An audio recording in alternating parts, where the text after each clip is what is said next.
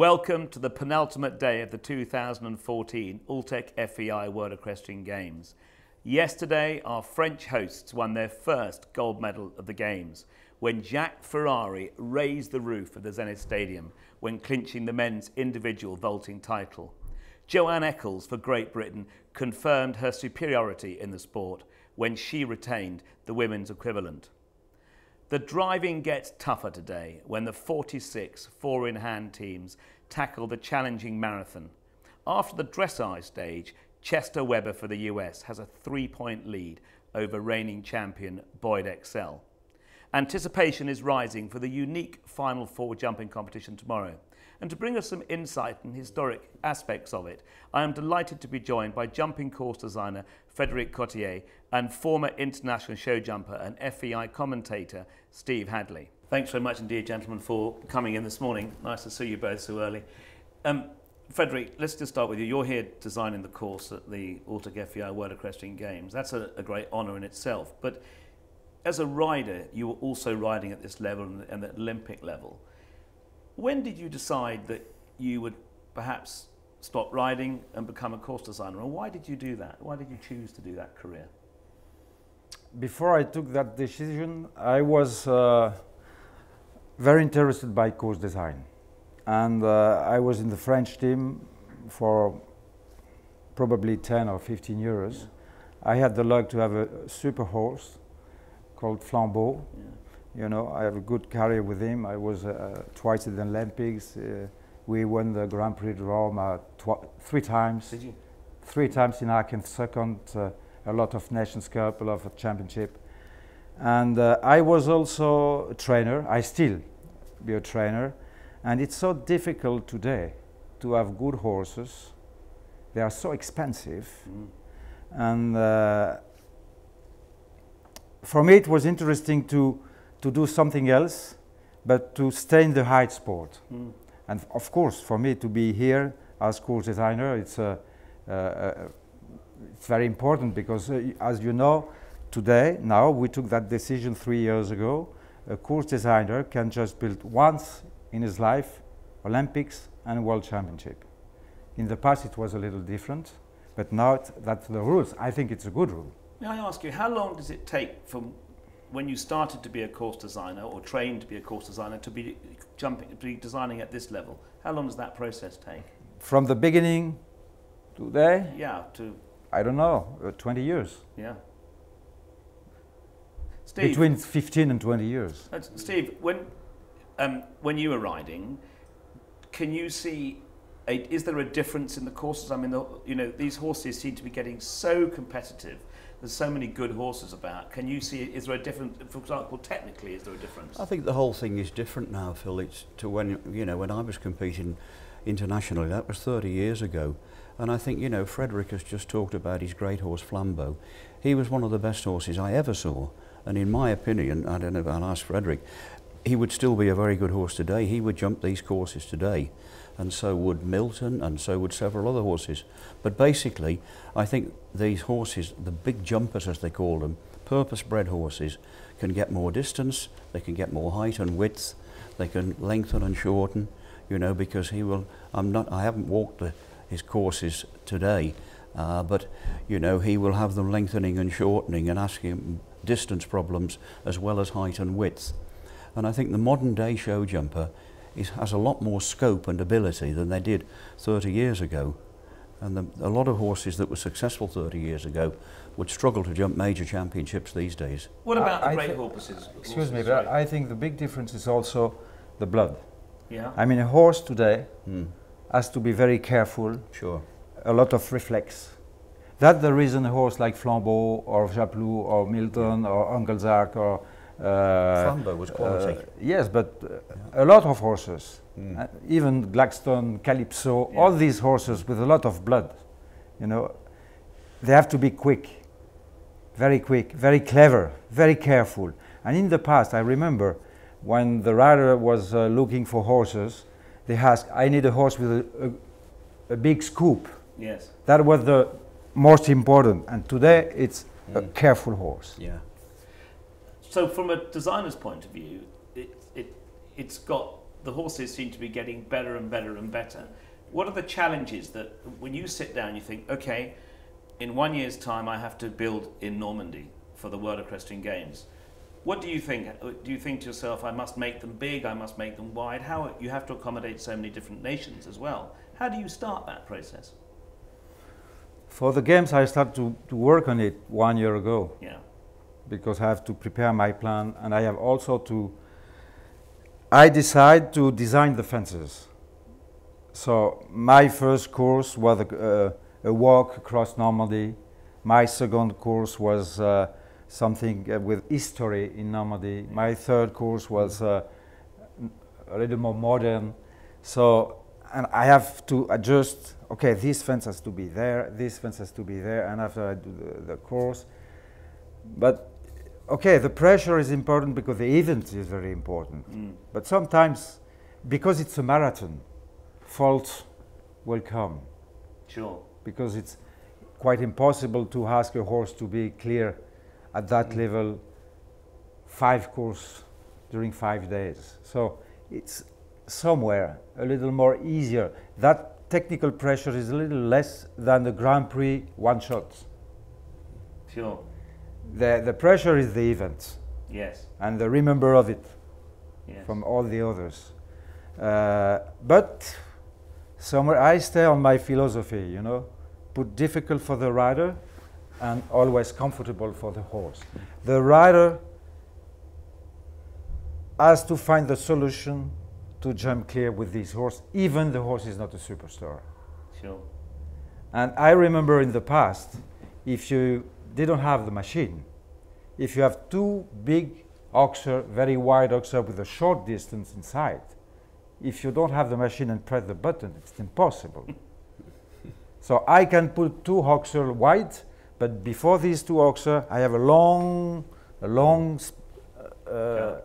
space to make the horse with the longer strides, to find something possible for the horse. The thing I don't have is to have a difficult things for the horse and quite easy for the rider. Yes. I try to work on the opposite. Absolutely, which of course is the right way of doing it. Steve, you were talking about the courses in the first few days here, saying how well that Frédérique has accommodated the championships as a whole. Yeah, you know, I mean, Frédérique has corroborated everything that I was saying in commentary over the first couple of days. You know, it's my job really to talk about the course on air, and to do that I walk your courses or every other major championship courses or Nations Cup probably twice, sometimes even 3 times if it's like today, really important if there's distance problems.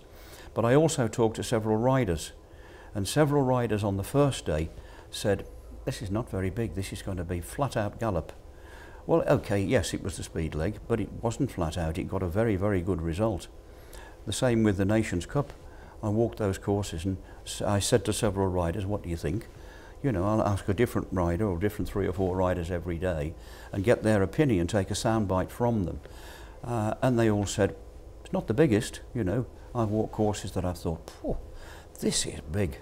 But I didn't think that. But you only got, not with your courses this week, you only got about 10% clears in the Nations Cup, which is, to me, is very clever course designing because they weren't killer courses, but they got a very, very good result. And the best 4 nations came out 1, 2, 3, 4. But you know, to answer your question about the first day was not so easy to build because with 160 horses with different levels. So different standards. Yeah. That's the reason I put even at the beginning 1 turn, hop and turn, another 1. I had 3 hop and turn after number 1 before the last line and another 1 after the combination with the farm. Just to help the good rider to go inside and to have no problem with the normal rider. They can go outside, and because the course was at the clock, that's enough to make the difference. But in every championship, it's not very important to win that class. The most important is not to lose that class. Absolutely. That's true. Yeah. Would I be right, Frédérique, as well, that thinking that your first course is bearing in mind that you have all standards to cater for, that your courses from fence 1 to fence 12 got a little bit more progressively difficult and stronger as the course went on, so that the lesser nations or less experienced riders could get into it before you posed them a very, very big question. Yes, but when I designed all the courses for this championship, I tried to make various difficulties, and I don't want to repeat the same line, the same combination every day. Every day has to be a little different. Yeah. With the same spirit. I mean, long line, gallop, comfortable for the horse, natural. Yeah. I don't like the course short with the horse collected all the time. You like them to flow. Yeah, natural jump. Yeah. Natural jump. Frédérique, we're going to coming up to the culmination of the Final Four, one of the most anticipated jumping competitions of the year, or 4 years, I should say, not every year. Yeah. Historically, it's a great spectacle of jumping. I know many people that will watch the Final Four and probably not watch any other jumping competition in the year or any other time. Does that bring excitement? Did you ride in the final? No, I did some in France. We had 20 years ago, we had a big sponsor who organized a competition like this every day. So the best 4 French riders compete on that competition. I did it 5 times, I won 4. And, but unfortunately in Dublin I finished 5th in the World Championship. We've named a few great horses, including Flambeau and including Milton. Of course, Steve Milton finished second with John Whittaker in the final for 1 year. I want to just reflect on Milton, because not many people know that after the unfortunate demise of Caroline Bradley, you had Milton for a while. Yeah, tell us about that. What was Milton like as a horse? Oh, unbelievable. You know, he was fantastic from the word go. When poor Caroline died in 1983, I think it was, I was riding then at top level. And at Caroline's funeral, Mrs. Bradley said, would I come and help sort all the horses out? Caroline had 30 horses in the yard, you know, wow. All types of horses, you know, from different levels, one of which was Milton. And I helped them to sell a few of the horses, but we kept Milton and another good horse, a jump-off horse, speed horse called Rubber Ball, and I rode them for the rest of the season. And Milton, when I had him, he'd won about 60 pounds, I think. How old was he? 6. 6. Yeah, but Caroline never rushed him as a young horse. She never tried to jump clear rounds with him. Always would ride him forward. He was not the best in front, Milton. No. He wasn't sure. He wasn't sharp. He was quite slow. He had to do that. He couldn't do that. You know, he couldn't pat the ground. He had to be off a fence all the time, even a big fence. Absolutely, but he was quite slow in the front. So slow, yeah. John has to put him a little far away from the fence. I remember him in a Grand Prix in Rotterdam long time ago. In the jump off there was a combination double vertical 2 strides and he made 1. Why? Yeah. Just to put the horse in a comfortable situation. Yes. Yeah. But when Caroline rode him, Caroline lived very close to me, and I saw her one day jumping less than a metre, 90 centimetres in a competition with him, and riding him forward on forward strides and putting him deep. He had 5 fences down. And this is when he was a novice. And when I had him, you know, he could never really go deep to a fence. You know, I always had him a bit off. But I had him in the middle of the summer. By the September, he was jumping 150 tracks, you know, local Grand Prix tracks, 150. And I had him 10 years too late, really. Because for your career? For my career. I was nearly finished, you know. I was commentating and training like Frédérique. And I was taking him to Olympia as my second horse, as a 6-year-old, behind dear old Sonora, who jumped the big courses, you know. And he was a lunatic to clip. And my girl groom, was clipping him one day, and he reared up and struck out. We never know to this day whether he hit the clippers or whether he struck himself, but he injured his tendon. He had a split tendon operation. He had 2 years off. And during that time, it was the end of my career, so it was time to give up, really. And then he went to John for the sponsorship that they had with Next. And I produced him for John, really. Yeah. You know, he had the best of him. I was going to say, obviously. the rest is history, as they say. The rest is history. Yeah. I had him 10 years too late. He would have probably been, I'm sure he was a better horse with John than he would have been with me anyway. But, you know, it was bad timing for me, but he was unbelievable horse as a young horse, right from the day one. He went to a pre-Wembley show. I jumped him in a 200-pound class each day, and he jumped double clear in the big class every day. And I remember saying to the girl groom, I got off him one day and gave him a pat, and I said to Jill, the girl, I said, you look after him, that's the best you'll ever see. It was that obvious. You can talent, Frédérique, you can see it at a very early age. I bet Flambeau was a fantastic horse, as a baby too, was he? Did you have him as a baby? No, he was, I mean, you don't have a lot of result when he was young. But it's a little different in France. We have a breeding circuit for the young horses, yes. But he was not in that circuit. And I think probably it's better, because the system today, it's they put the horse too quickly in the jump. Look at it started at 2 years old, 3 years old with the auction. Yes. Look at the catalogue when you see the horse. It's amazing. Yeah. And a few more noughts on the end of the price these days. And there is also a world championship for young horses. So a horse at 5 years old has to be clear. I don't think it's the best thing. No. Yeah. It takes time to educate the horse. They have to learn and at the end to jump by themselves. I'd like to ask you, just as we come towards the close of the programme, you've reflected, which has been fantastic, on some great horses. I'd like to ask you both. Money is not a problem. I'm going to give you a checkbook. You can have as much money as you want, Frédérique. Yeah. What horse would you go out and buy today? What horse would you like to own today on the circuit? I don't know. I don't know, because on my life I try a lot of horses, a lot of good horses. Yeah. But to decide which one I want to buy, it's a question of feeling. Yeah. So you have to ride the horse and to feel the horse.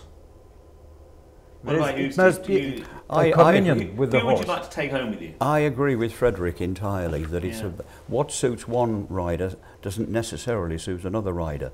So you'd have to have a sit on them and just think, wow, this is for me, or I don't know, this is not my style. But without a sit on, without sitting on this one particular horse, I would take Marcus Eining's horse, Coronado.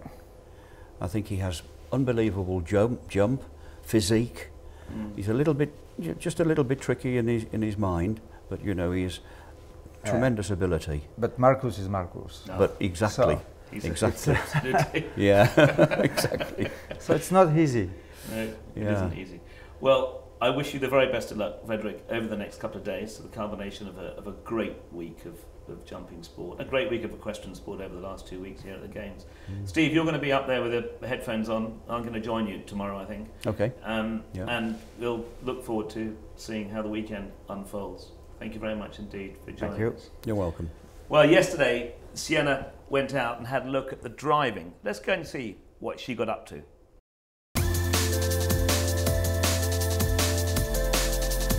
I'm here at the driving, which is being held at the hippodrome. Today is the final day of the dressage, and tomorrow is the exciting marathon. I thought I'd show you around some of the obstacles. The marathon course here is 18 kilometres long, and there are 8 obstacles.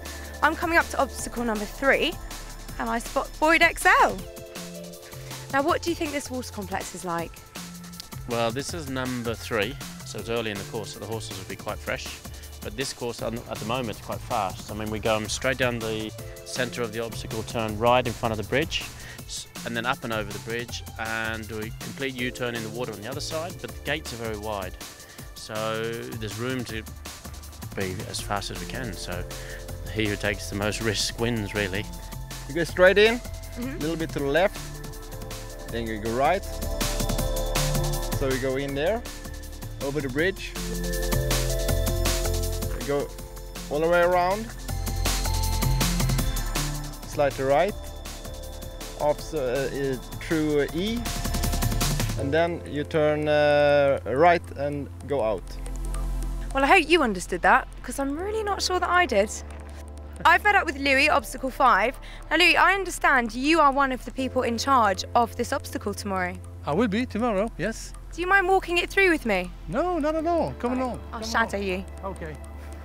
It'll be 250 meters, roughly. This obstacle? Yeah, Right, okay. two different levels. So it's a long walk, isn't it? So we come around to get into the A. We could have done it the other way around. Then again, we have an option. You can go right or left to go around the B over there. Yeah. What are these for? It is what we call a knockdown. If you knock it down, it's 2 points. Okay. 2 points, it's the equivalent of 10 seconds. That's really costly then, isn't it? Really costly. All these obstacles are timed, aren't they? Of course they are, yeah. Okay. Have you driven yourself before, Louis? Yeah, of course, yeah. You 4 years, 4 ponies. just feel like I'm walking constantly in different circles. How are they going to remember this? Thank you, Louis. Thank you very much. Mwah. Have a good day tomorrow. Mwah. Yeah, we will, no problem. I have to go back to the dressage area now.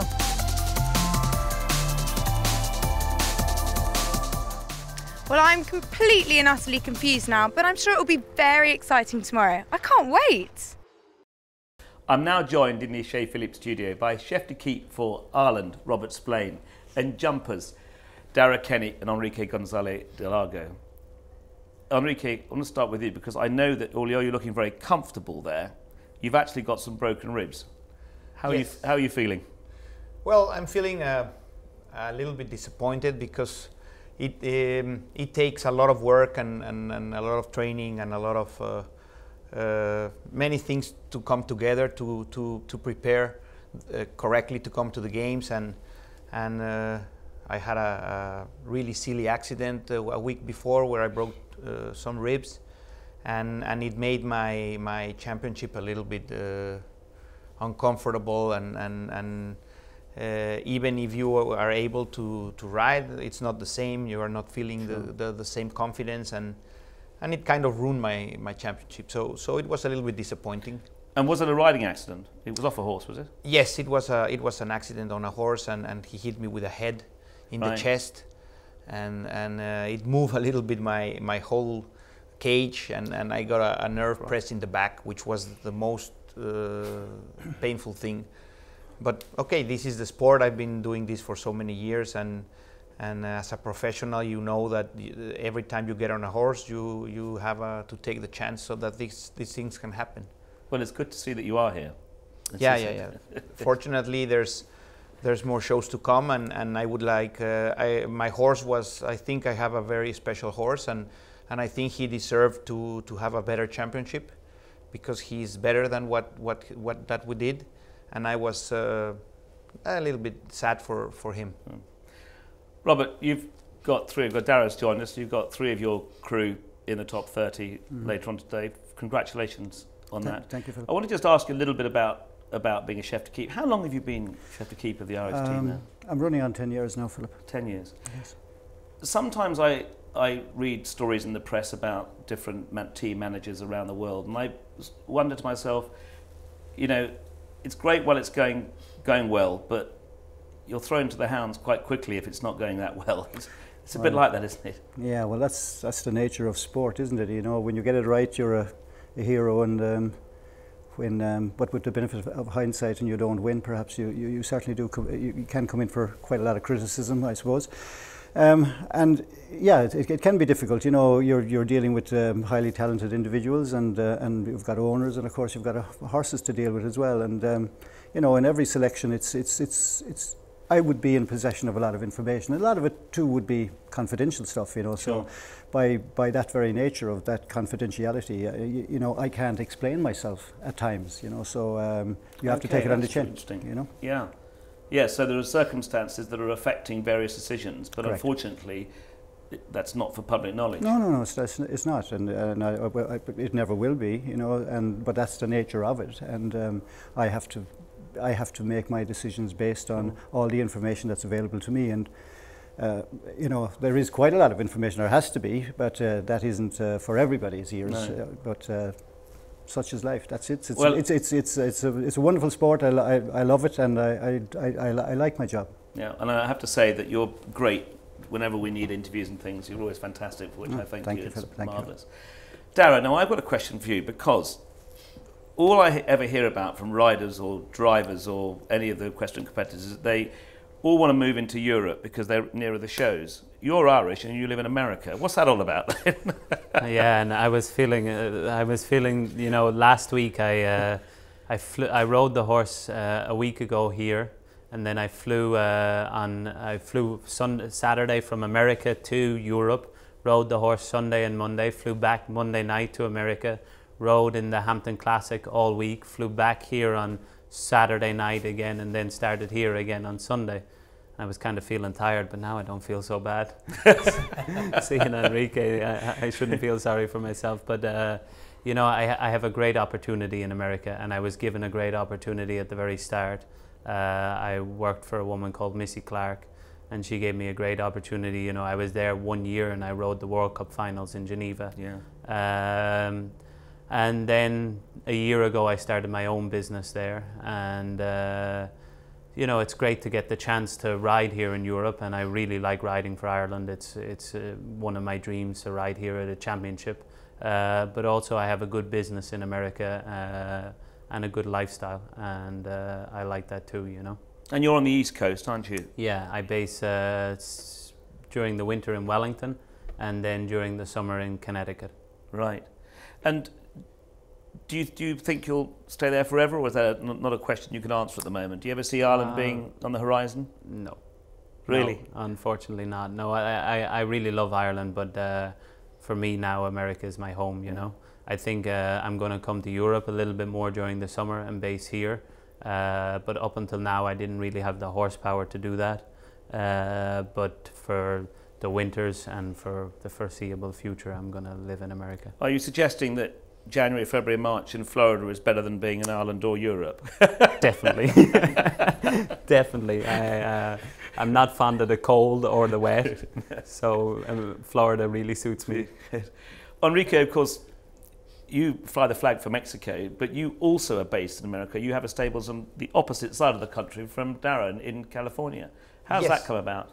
Yes, I have a, California it's a border basically with Mexico, and for many years we used to go and travel to the States to do some shows there, and obviously for the business and everything. So I decided to open a stable in California, keep my business in Mexico, but I have a partner, Eduardo Meneses from Brazil, which is also living in California for already several years. So we decided to start a stable there, and the life in California is a little bit different than the East Coast, but it's still a very good market and a very good place for a lot of horse shows and a lot of people riding. And so as Darragh says, I think the lifestyle in the United States, in the horse world, is quite nice. And then we have the opportunity to in the West Coast, we have the fantastic shows like in Canada, in the west part of Canada, Thunderbird, Calgary. So the sport, you know, to come to Europe with a group of clients or even yourself, every year it's getting harder and harder to get into the shows. The good shows are very crowded. And you have to have enough ranking points to be able to show there. And in the States, that availability is easier. So we can, in Calgary, you can show for 6 weeks in a 5-star shows without qualifying or without having to do with a ranking point. So it's a very good opportunity for all the riders in North America, not only America or Canada, but all the riders from North America have that chance. Yeah. So I think it's good. It's good. Robert, both Enrique and Darragh talked about setting up businesses and having stables in America. One of the things that I hear more and more is that there's one thing owning a block of stables, another thing putting good horses in them and finding good horses. Since you've been involved managing a team, has being able to find or even being able to buy, no matter the price, being able to buy good horses, has that proved to be harder and harder? It's a big job for sure, yeah. And I know the riders themselves have to be great business people as well, you know, and they have to have people that they can trust around the world who are on the lookout for them, you know, for horses. And you know, this sport has become very, very global now, and a lot of new nations are becoming extremely strong. And this sport has changed dramatically in the last 4 or 5 years, and so the demand exceeds supply. Sure. in a way. So that has made life quite difficult for the riders and the top riders to stay at the top. But it's still opportunity there for breeders all the way down to our Irish breeders at home to do the job better now that the market is huge. And so, you know, overall I think it's a very, very good thing, and that new markets are emerging, and the sport is truly global. And because of that, there are many, many new opportunities now, and we have to embrace it and run with it. Sure. I think there's no question, Darragh, that, you know, you're still a young man, but over the last 10, 15 years, the sport of show jumping has, in terms of media coverage and everything, has just exploded, isn't it? It's absolutely incredible. You know, it's incredible what Jan Tops with the global tour has done, and it's incredible, you know, the press and the TV coverage of all the top Super League Nations Cups now, and even what FEI TV have done. You know, for me, especially living in the United States, it means, you know, I can watch the Nations Cups over here in Europe, and I can watch those Grand Prix, and you know, I can see all of that. And also it really helps when you're looking for horses to be able to find the videos and do all of that. It's incredible the way the sport is going, and you know, with Jan, what he's talking about doing next year with the global tours, and you know, it's gonna make the sport really a top sport, which is fantastic for us, because this is what we make our living at. And I was going to come on to that about making a living, because does the increased coverage and awareness through media, does that help you with owners and sponsors and things? Does that get more of them involved, to put money on the table to buy a horse, for example? Massively, you know, even to come to a championship like this, you know, it makes a huge difference to an owner, you know, especially my owner right now. Actually, she has a stallion, and that I rode here in the games, and because of his results on the Irish team in Aachen and in Hickstead and in Dublin and here, now the KWPN have approved the horse as a breeding stallion. You know, so that's massive for her, and it's massive for me, you know, and that's all through the, you know, the press of how the horse is going, and you know, the results he's getting, and you know, the KWPN board being able to watch the videos of the horse and all of that, you know, and that's for me alone, that's a huge successful thing for that horse. Sure. So that makes a difference to her ever investing in another horse for me, you know. Things have changed so much, Robert. You know, I'm sure if you go back to, okay, there was good television coverage. I'm thinking of Sanyo with Harvey Smith and things, which was the days when a lot of us remember. But in those days, I don't suppose the likes of Harvey had to have a sort of a secretary and a business manager, because I know that you guys have to have so many people around you now, because there's probably a lot more paperwork apart from anything else. You know, it's a different. It's a different arena, isn't it? Completely different, you know. I mean, in those days, I'm assuming you feel I remember back that far, but I was around in those days as well. Yes, of course. The maybe one show, one big show, maybe perhaps a month or whatever, you know. And when I began my career in the sport, the Nations Cup was the only show in town.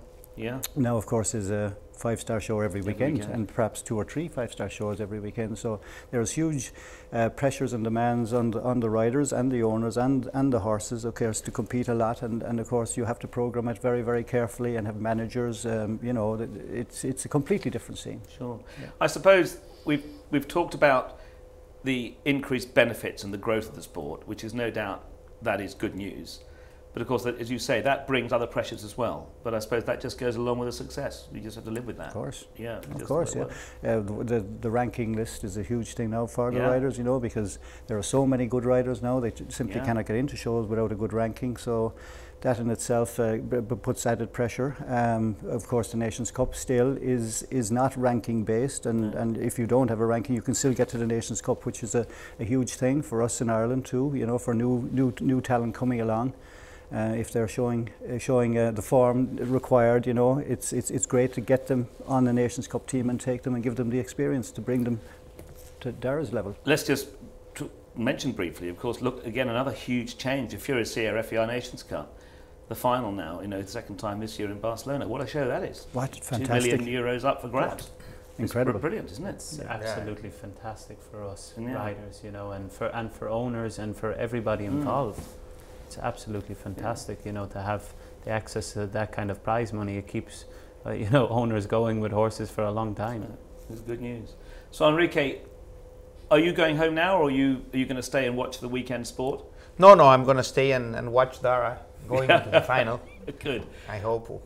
Good. And I'm going to stay here, and next week we leave, and the show must go on. So absolutely. In 2 weeks we have for the first time the Gucci Masters in America. Yes. Which is another big 5-star show, and it's for the first time in LA. So it's my backyard. So perfect. We are already trying to make things work to be there.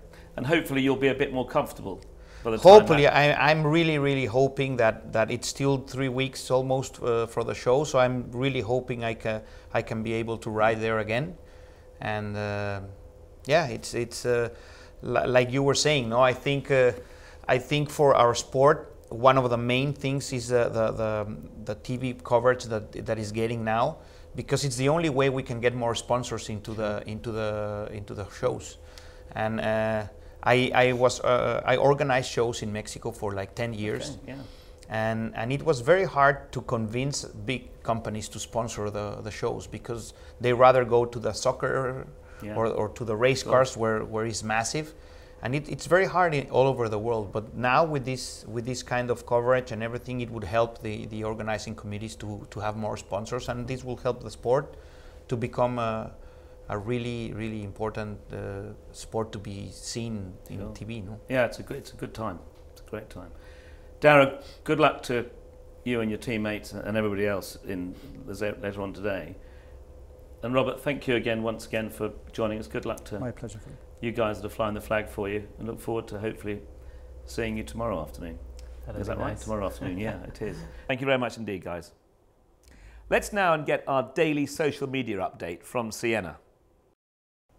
FEI's Facebook page has recently uploaded some wonderful photos of the vaulting prize giving yesterday, along with a great photo of Chester Webber in the dressage phase of the driving, with the hashtag, "The world #1 Chester Webber is in the lead of the driving after an amazing dressage test, but everything can change in the marathon." Hashtag WEG 2014.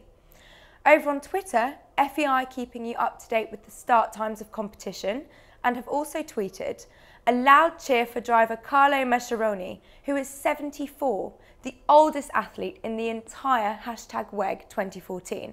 Now that's impressive. Please join me tomorrow for my final social media update from the Alltech FEI World Equestrian Games. Well, a special thank you to all our guests today on Chez Philippe. Join us tomorrow for the last of our chat shows from the Alltech FEI World Equestrian Games.